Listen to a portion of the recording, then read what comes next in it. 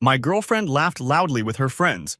I'll brutally dump him after he proposes. I calmly waited. And 2 days later, she was screaming into my intercom, begging for forgiveness. I, 29M, have been dating Patricia, 27F, for 3 years. Yesterday changed everything I thought I knew about our relationship, and I'm still processing what happened. I need to get this off my chest. For context, we met through mutual friends at a housewarming party, moved in together last year, and everything seemed perfect. She'd been dropping hints about marriage for months, showing me ring photos on Instagram, talking about wedding venues. I was actually planning to propose next month. Yesterday morning, I was at Local Beans, our usual coffee spot. I was in the back corner with my laptop, wearing my earbuds but not playing anything, just trying to focus on some work. That's when I heard familiar laughter.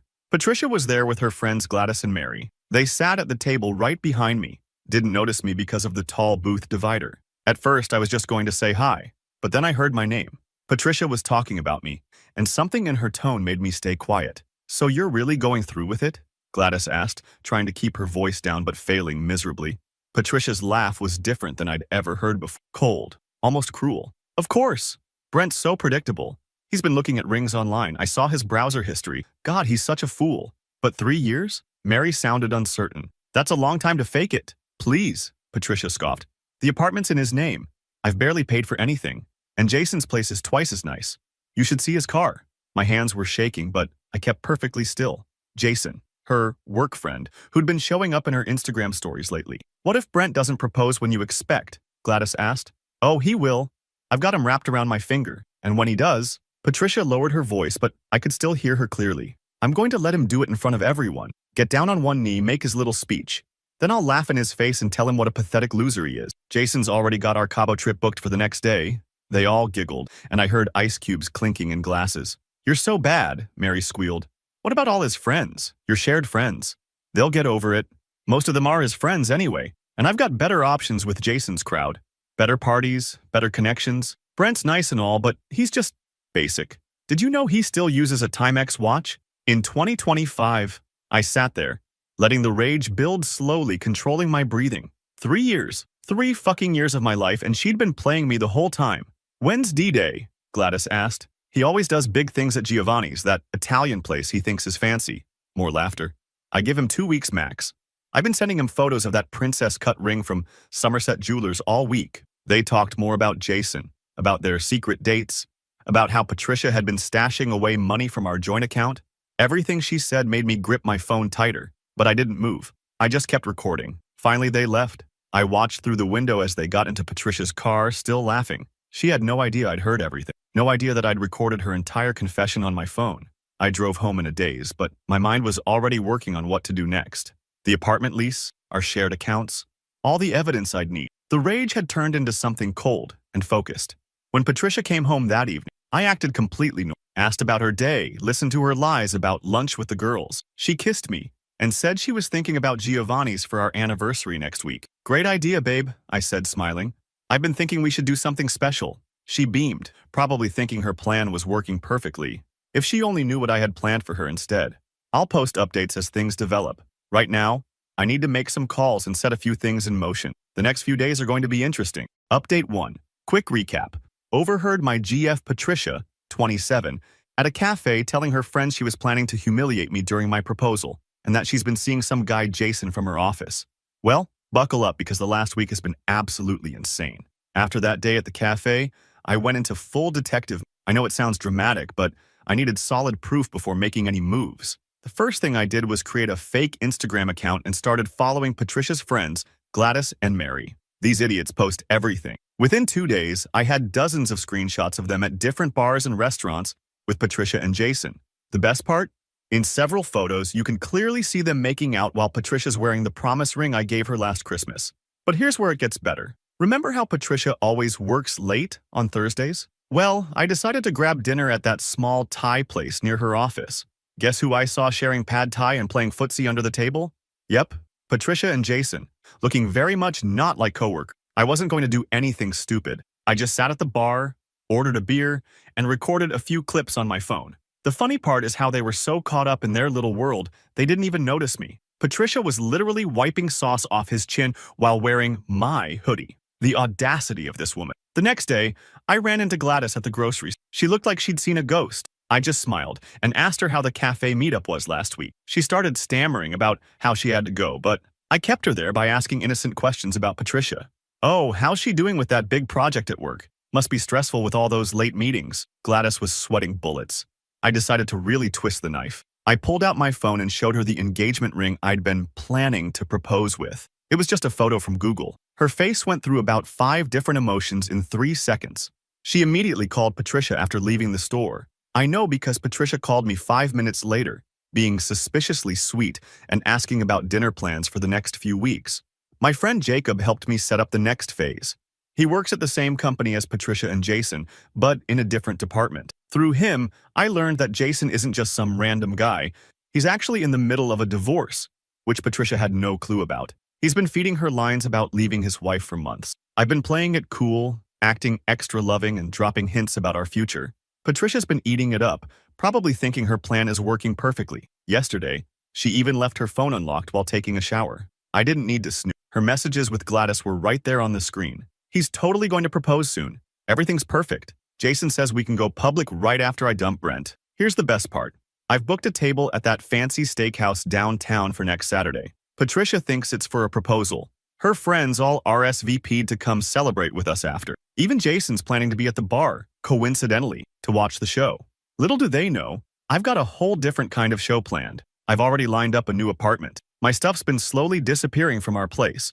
Nothing obvious, just things she wouldn't immediately notice. The ring box I'm bringing to dinner. It's got printouts of all their photos and messages, plus a special note just for her. The hardest part has been acting normal. Every time she kisses me or talks about our future, I have to resist the urge to call her out right there. But watching her dig herself deeper, planning my humiliation while I'm planning something much bigger, it's almost poetic. My hands are shaking just writing this, but not from sadness, from anticipation. Saturday can't come fast enough. I've got everything documented, witnesses lined up, and an exit strategy ready. Patricia thinks she's about to star in her own little romance movie, but she has no idea she's actually in a tragedy of her own making. I'll update again after Saturday, and trust me, you won't want to miss what happens next. Edit. Thank you all for the support. And to those asking, yes, I've got all the evidence backed up in multiple places. I'm not leaving anything to chance. Edit 2. A lot of you are asking about Jason's wife. Don't worry, she's going to get all the evidence too.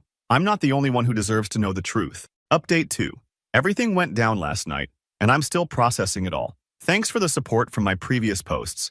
You guys helped me stay focused when I needed it most. I made the reservation at Bella Rosa for 7:30 p.m. It's not some fancy 5-star place, but it's the nicest Italian restaurant in our area, and Patricia had been dropping hints about it for months. I knew her friends Gladys and Mary would be there. They'd been texting her all day about the special night. Little did they know, I wore that blue suit Patricia always said made me look handsome, picked her up at 7, and she was practically glowing. She kept checking her phone during the drive, probably texting updates to her friends and Jason. I just kept smiling, remembering how she'd laughed about her plan to humiliate me. The restaurant was busy, perfect. Her friends were already there, phones ready to capture the moment. I spotted Jacob sitting at the bar, right where we planned. Patricia was getting fidgety by dessert, probably wondering when I'd get down on one knee. That's when I did something she didn't expect. I stood up, but instead of reaching for my pocket, I picked up my wine glass. I'd like to make a toast, I said, loud enough for nearby tables to hear. Patricia's face lit up. Gladys already had her phone out. To Patricia, I started, who's been sharing my life for 3 years. She was beaming. Who's been sharing her life with Jason from accounting for the last 8 months? The smile froze on her face. I pulled out my phone and played the recording from the cafe. Her voice filled our corner of the restaurant. I'll brutally dump him after he proposes. Jason and I already have plans for a weekend getaway to celebrate. The color drained from her face. Gladys and Mary sat there with their mouths open. What's funny, I continued, keeping my voice steady, is that Jason never told you he's married, did he? That's when Patricia lost it. She jumped up, knocking over her wine glass. You fucking asshole, she screamed. You set me up? The restaurant went dead quiet. No, Patricia, you set yourself up. I just decided not to be your punching bag. I turned to Gladys and Mary. Did you know she was planning to humiliate me? Or were you just happy to play along? Mary started crying. Gladys tried to stand up for Patricia. You don't understand. Oh, I understand perfectly. I cut her off. Check your phones.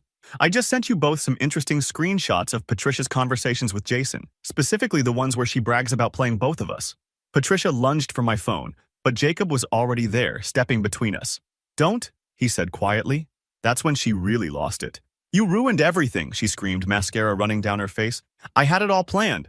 Who the fuck do you think you are? The manager came over. Patricia was still screaming about how I'd betrayed her. Ironic, right? Jacob helped me handle the bill while she was escorted out, still yelling. Gladys followed her, but Mary stayed behind.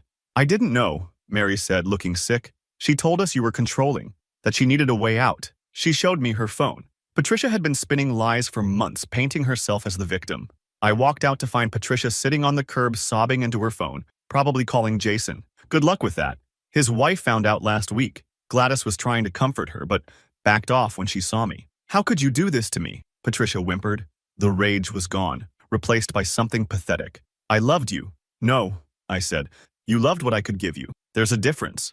I got in my car and drove away. She kept calling and texting all night, switching between threats and begging. I blocked her number. This morning, my phone exploded with messages. Apparently, Patricia showed up at Jason's house at midnight, causing a scene. His wife called the cops.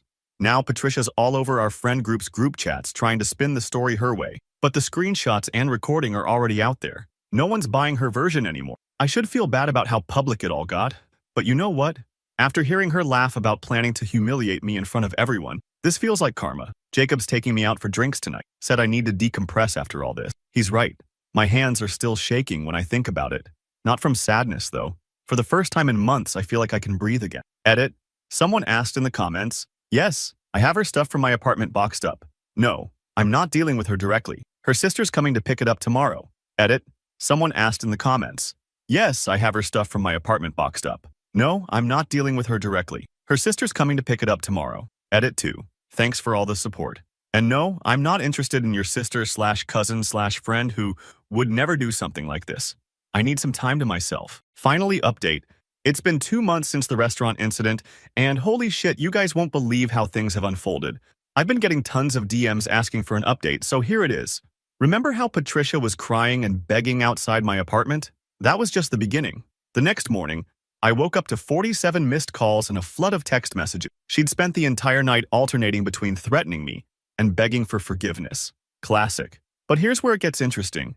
Remember Jason, her side piece? Turns out his wife works at the same company, just in a different department. Someone, definitely not me, sent their entire text history to her work email. The fallout was nuclear. Jason got fired because he was Patricia's supervisor, and workplace relationships with subordinates were strictly against company policy. Patricia got axed too, but not before having a complete meltdown in the office. My buddy Jacob, who works in their building, told me she literally flipped a desk and started screaming about how I ruined her life. Security had to escort her out while she was yelling that she'd make me pay. Real classy, Patricia.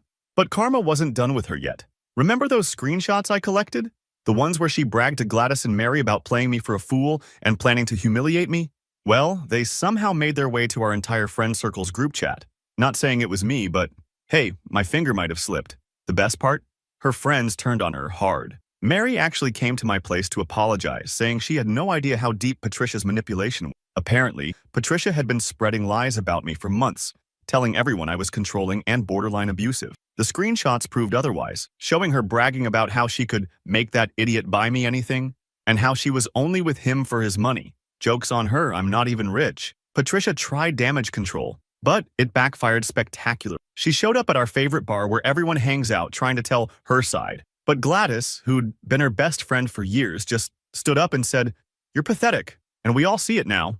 Patricia threw her drink at her, got banned from the bar, and ended up crying in the parking lot while everyone watched. Yeah, not her finest moment. The apartment situation is what really got her, though. We lived separately, but she'd been bragging to everyone about moving in with me after the proposal. She'd already given notice at her place, expecting to move in with me. Now she's crashing on her cousin's couch because no one else will take her in, and with no job, she can't afford a new place. Last week, she showed up at my job site, causing a scene, started screaming about how I owed her for 3 years of her life. My crew just stood there filming while she had her meltdown. That video's gotten quite a few views on our local Facebook. Not that I care, but it's kind of satisfying. But here's the real kicker. Remember the ring she thought she was getting? I took that money and booked a solo trip instead. Posted some pics at this amazing beach place. Patricia lost it when she saw them, sent me this long paragraph about how that should have been our vacation money. Oh, and speaking of photos, met someone, Ramona. She's nothing like Patricia.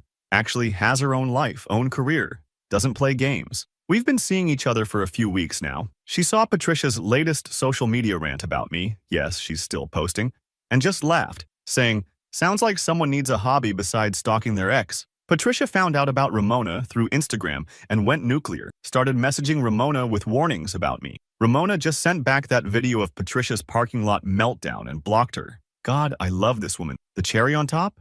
Patricia's parents, who always treated me like family, called me last week. They apologized for their daughter's behavior and said they raised her better than this.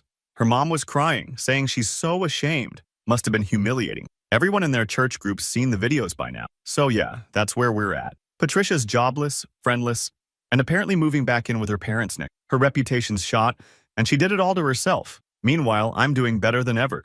Karma's a bitch, but not as much as Patricia. Edit. Thanks for all the awards and messages. To answer some common questions, yes, I'm still with Ramona. Things are going great. No, I haven't heard from Jason's wife, but apparently she took him for everything in the divorce. And yes, Patricia's still trying to contact me through fake accounts, but at this point it's just sad. Edit 2. Stop asking for the meltdown videos, I'm not sharing them. This isn't about public humiliation, even if she deserves it. TLDR. Ex tried to play me, ended up playing herself, lost her job, friends, and dignity. I found someone better and couldn't be happier.